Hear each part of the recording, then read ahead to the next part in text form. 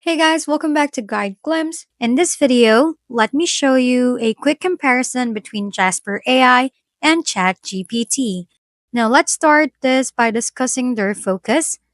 Jasper AI is built for marketing and business content like blog posts, ads, and emails.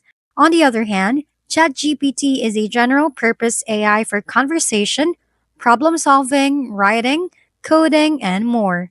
In terms of customization, Jasper offers templates and tone suggestions for marketers, while ChatGPT is flexible but relies more on user input without pre built templates.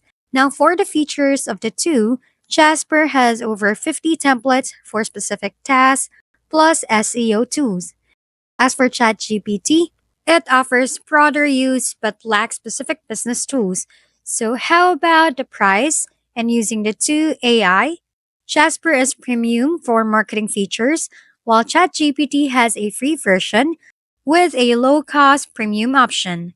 To sum it all up, pick Jasper for business content and choose ChatGPT for versatility. Once again, thank you for watching. This has been Guide Glimpse. Don't forget to like, share, and subscribe for more how to videos.